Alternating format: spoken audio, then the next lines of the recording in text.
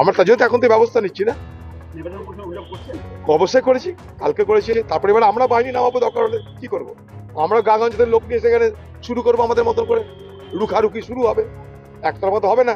দেখুন, এই হাসপাতালে জিতেন সাহা আমাদেরই দলের খাগড়া এলাকার সাধারণ কর্মী, কালকে সেখানে পদযাত্রা হয়েছে, মানুষের উৎসাহ পরিলক্ষিত হয়েছে, তারপরে প্রোগ্রাম করে তারা যখন বাড়ি ফিরছে তাদের ফ্যামিলি নিয়ে, তার সঙ্গে তার বউ, তার মেয়ে, ফ্যামিলি নিয়ে যখন বাড়ি ফিরছে, হঠাৎ রাস্তায় এখানকার যে টিএমসির প্রার্থী ক্যান্ডিডেট হয়েছে সে গাড়ি থেকে নেমে তার উপরে হামলা করে, তাকে মারধর করে। অদ্ভুত ব্যাপার যে তার সঙ্গে কিন্তু পশ্চিমবঙ্গ সরকারের সিকিউরিটি তারাও কিন্তু ছিল। মারধর করার পর তার প্রথমে কিছু বুঝতে পারেনি ব্যাপারটা, এদিক ওদিক করে একটা কমপ্লেন করে সে বাড়িও চলে গেছিল।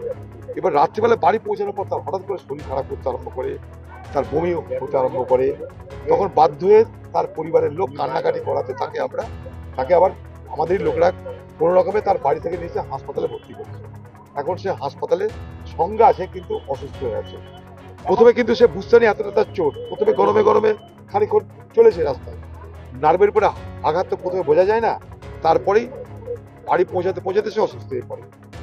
মানে এই ধরনের সন্ত্রাস, এই ধরনের অত্যাচার যদি শহরের প্রথম নাগরিক, first citizen of a city, শহরে যে প্রথম নাগরিক যাকে বলা হয়, এবং শুধু তা নয়, যে তৃণমূল দলের প্রার্থী সে যদি করে এবং পুলিশের উপস্থিতিতে, তাহলে এ বাংলায় সাধারণ মানুষ নির্বাচনে অংশগ্রহণ করবার আগে নিরাপত্তার পরিমাণ বাড়ানোর দাবি অবশ্যই করবে, আমরাও সে দাবি করছি।